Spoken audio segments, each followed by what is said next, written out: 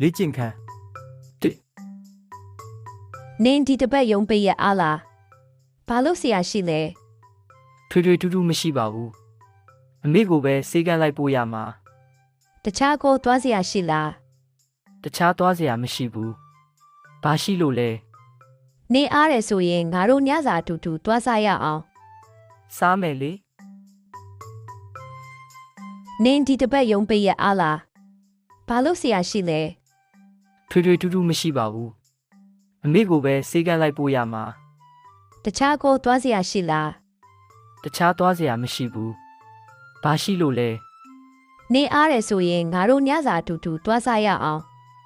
စားမယ်လေ နင်းဒီတစ်ပတ်ရုံးပိတ်ရအားလားဘာလို့ဆရာရှိလဲ ထွေထွေထူးထူးမရှိပါဘူးအမေကိုပဲစေကန်းလိုက်ပို့ရမှာ တခြားကိုသွားဆရာရှိလား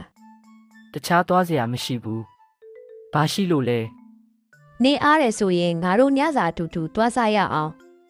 စားမယ်လေ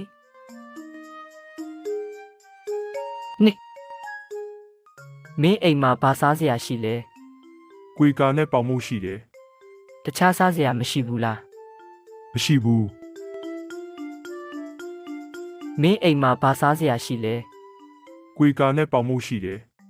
တခြားစားစရာမရှိဘူးလား မရှိဘူး မင်းအိမ်မှာဘာစားစရာရှိလဲ ကွေကာနဲ့ပေါင်မှုရှိတယ် တခြားစားစရာမရှိဘူးလား မရှိဘူး